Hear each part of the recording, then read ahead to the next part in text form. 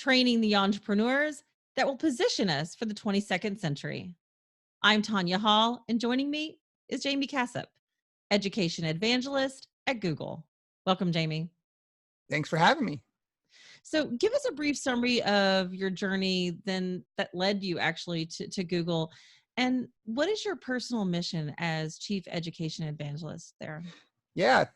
Again, thanks for having me. It's funny that you say the journey up to where got me to Google. I've been at Google now for 13 years. I don't actually remember what life was like before I got there. But in the past 13 years, I've been focused in the education space, specifically around how we can use technology in education to bring education to the next level. So I was part of the team that launched Google Apps for Education that we now call G Suite into the university space. I was part of the team that launched Google Apps into K-12. And then I was part of the team that launched Chromebooks in education. And so my role at Google is to support all the teams that are doing things in the education space, to be a subject matter expert, but to also bring back the voice of educators. Last year I traveled 300,000 miles. I'm actually this afternoon on my way to Dallas to speak at an event. And I bring back the voice of what's happening in education and how we can find ways to leverage technology and digitalization in the education community. Okay, so then let's get to it. Yeah. The infants that are born today, and I would say over the next few years, will become the people who position us for the 22nd century. Mm-hmm. What vital skills can we identify today that these future entrepreneurs are going to need to have? Yeah, and it's funny because it's the same skills that we've been talking about for the longest time, right? It is the problem solving, critical thinking, collaboration, ability to learn, which is something that's you because it means something different, and creativity, right? To me, those are the 5 things. Everything else fits in those 5. And we've been talking about these skills in education and outside education for so long. We call them 21st century skills, right? We're 20 years into the 21st century. If you want to trigger me, call them soft skills. They're not soft skills. They are absolutely critical things you need to know how to do. And so it's important to understand how we can help students build those. And so I'll give you an example. Oftentimes we ask students, all of us are guilty of asking students, hey, what do you want to be when you grow up, right? Well, that question doesn't make sense anymore. As you probably know more than anyone, jobs are consistently shifting. Jobs are changing. Change happens faster today than any time in history. And so asking a kid, what do you want to be when you grow up, when they don't know what jobs exist in the future, is not the right question. The better question, if we want problem solvers, is to start asking students, what problem do you want to solve? What's the problem that spins in your head? And then we can ask them from an education perspective, what are the knowledge, skills, and abilities you need to have to solve that problem? And how can we start helping you develop those knowledge, skills, and abilities? And I think digitalization and technology play a huge role in helping kids develop those skills for those problems that they're interested in solving. Is today's public education system, K through 12 or even higher, up to the task of equipping the next generation of entrepreneurs, or does it need to evolve still? So I think like in anything, everything needs to evolve.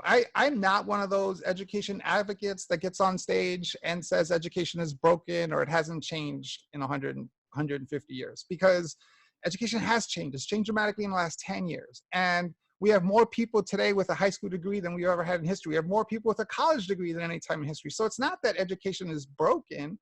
It's what you're trying to say, which is what we need to do is bring education to the next level, is to understand that education served us well for a very long time, and that now we need to understand what the future looks like and do what our forefathers in education did 150 years ago and build the right kinds of models for the future that we face, so that we're building the skills that we need. And that's where I think education needs to go.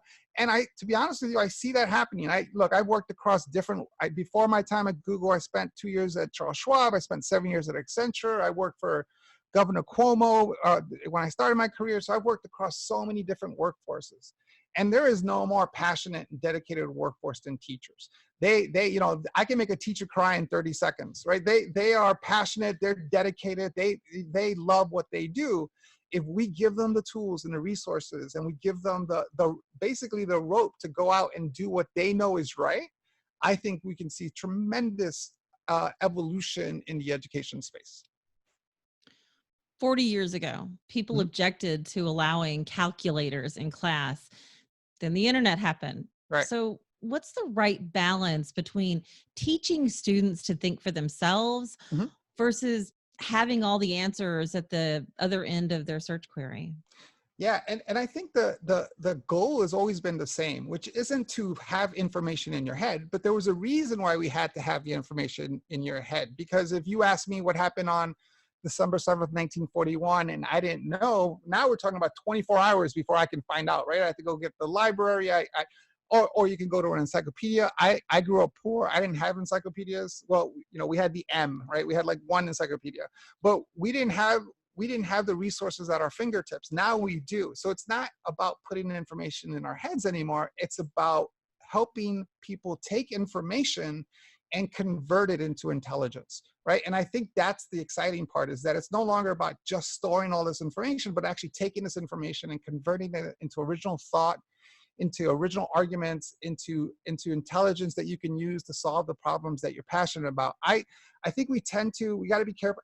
And by the way, in terms of kids using technology, I think moderation is the answer, and moderation is usually the answer for everything.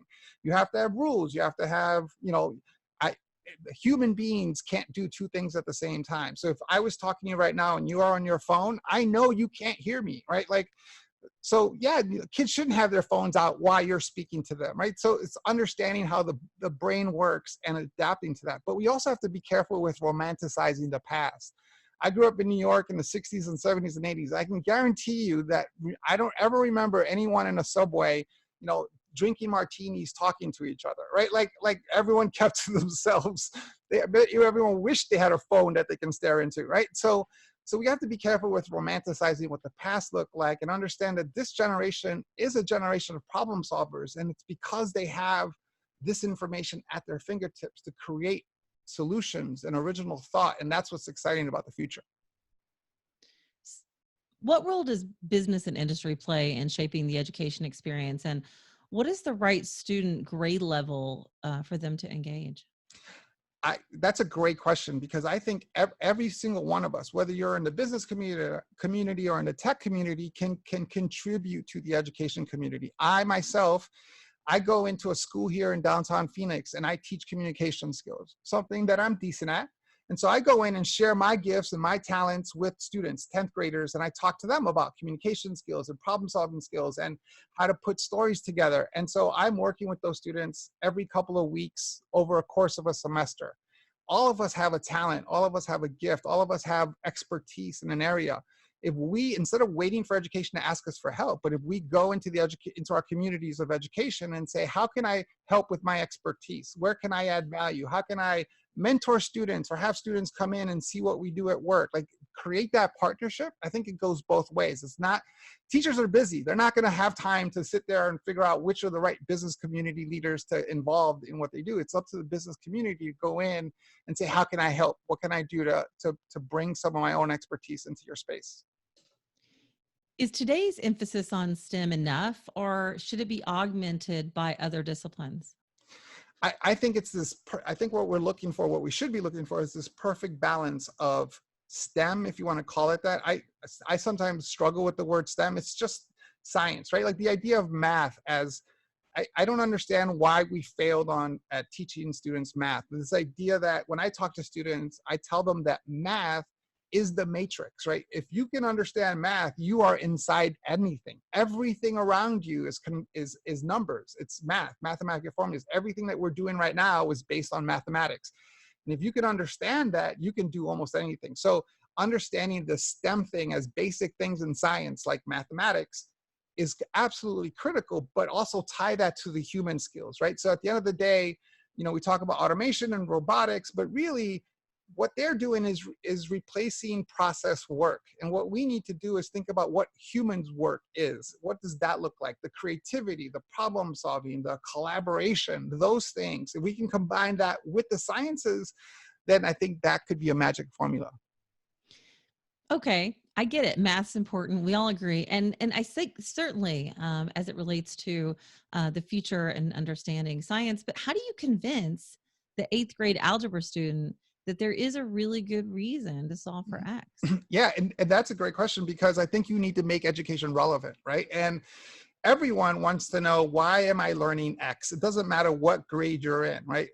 I have a 5-year-old. If I start teaching her random things, her first question is like, why are you teaching me this, right? Like, it has to be tied to what they're passionate about, what they care about. So that's why it's important if we ask students, what problem do you want to solve? How do you want to solve that problem? What's the way you want to solve that problem? And then we can say to them, well, what do you need to learn to solve that problem? Let's figure that out together. And what you will discover is that math is going to be part of that solution. It's just, you can't help it, right? So it's tying in the relevance of what we're teaching to what they are interested, what they're passionate about, and let kids drive what that learning looks like. Jaime Casap, education evangelist at Google. Thank you so much for taking some time to talk with us today. If somebody wants to connect with you, Jaime, maybe they want to find out more about, I don't know, how to get the letter N or O or whatever. How can they do that?